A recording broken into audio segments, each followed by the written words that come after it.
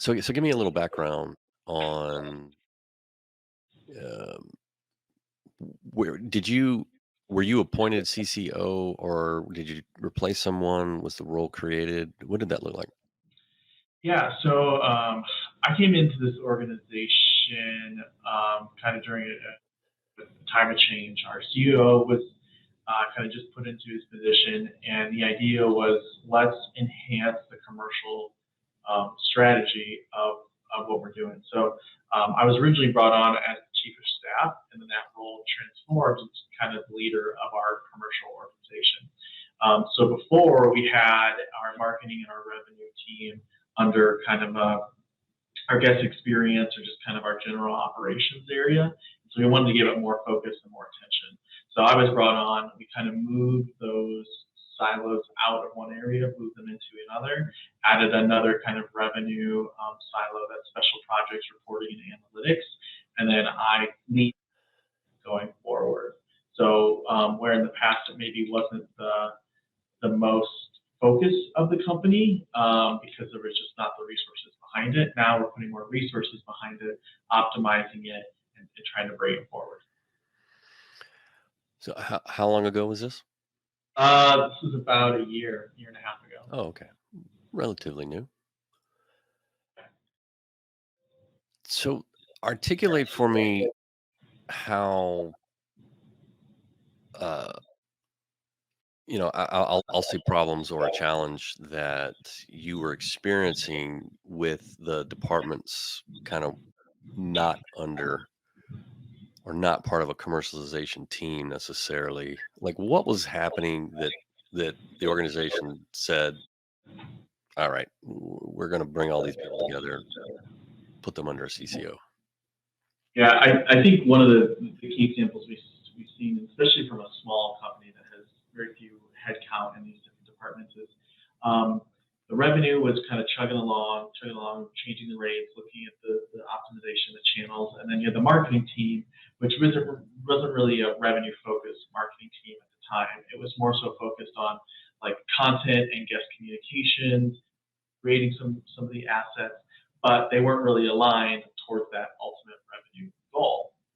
So that created this disconnect between, hey, we need to fill this volume and this sales over here for a quarter, for example, but marketing's projects and the things that they were working on weren't necessarily aligned.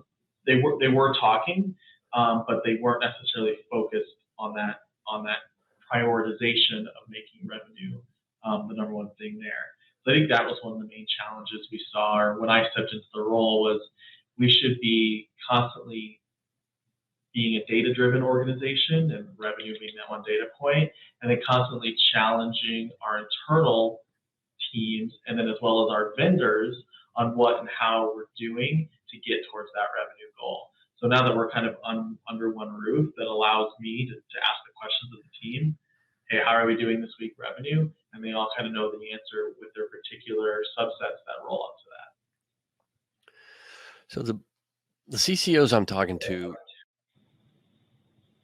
have brought everybody together, but one of the challenges they find is that the data remains siloed. Mm-hmm. So talk to me about your experience there. Yeah, so I came in, we didn't necessarily have the best tech stack because I think when you find with hotel companies, there's a lot of legacy systems. And depending on what system you're from here, it doesn't talk to this, and you got to work through that. So one of the things we originally did was just what are the basics from a reporting standpoint, and kind of use that and use Excel, which is we still use Excel, which is a challenge. We use some Power BI, we use some of those things, but it's still a little bit siloed in a way that these systems don't necessarily talk. So my revenue management system is different than my channel management system, which is different than my CRM system, which houses my email and those data from a marketing side, which is different from Google Ads, which houses my paid media and my online data there.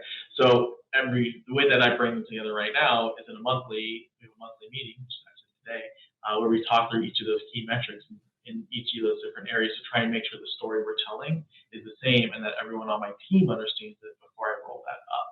So I mean, I would love a one-stop shop, and I think there's tools and resources that can aggregate all this different data. But for a small organization, that's really hard for me to spend the time, energy, and have the knowledge of how do I pull API over here to API over here and bring those Any idea how much time you spend doing that each week or month? hours, hours. I spend a good time on it. Person I brought on who helps with my reporting. We have our agencies who help with the reporting. I'm a big believer, and I've got my team on board with it, that we're a data-driven organization, and so we have to have the data in order to make the decisions that we want to make. And if we don't, I'm not really comfortable moving forward at times. So we've got to spend the time to do it, and it can be exhausting. And the bigger challenge is too, like the data accuracy. Just because you have a number doesn't mean it's necessarily right, or doesn't mean something down the line is off. So you have to know too, like, okay, how do I make sure that this feels right? I can rely on it, and then if it's not, how do I fix it? Any advice you would give a new CCO? Um, I would say the first thing I would do is understand where your agency relationships are. Coming into this role, we had some opportunity with the current agency we were using for some of our offerings, and we've made a relatively quick flip to a different agency, and it's done really real wonders for us. I think get caught up in any organization about doing the thing we've always done. But if you're new, you can ask the questions, you have the new insight, and you can challenge some of those pre-set ideas of, oh yeah, they're really good because they do this. Well, are they? Let's challenge them a little bit more and see where they can rise to the occasion. And every year, agencies and partners are getting better, and they're having new technology, and they're able to offer new things. So you should always be keeping your agency on kind of a short leash where they're a partner with you, you want to work with them, but you got to know, like, you got to do the best thing for your organization. It's not personal. You might have to make those moves if you need All right. Good advice. All right. Well, thank you for spending time with me, Tay.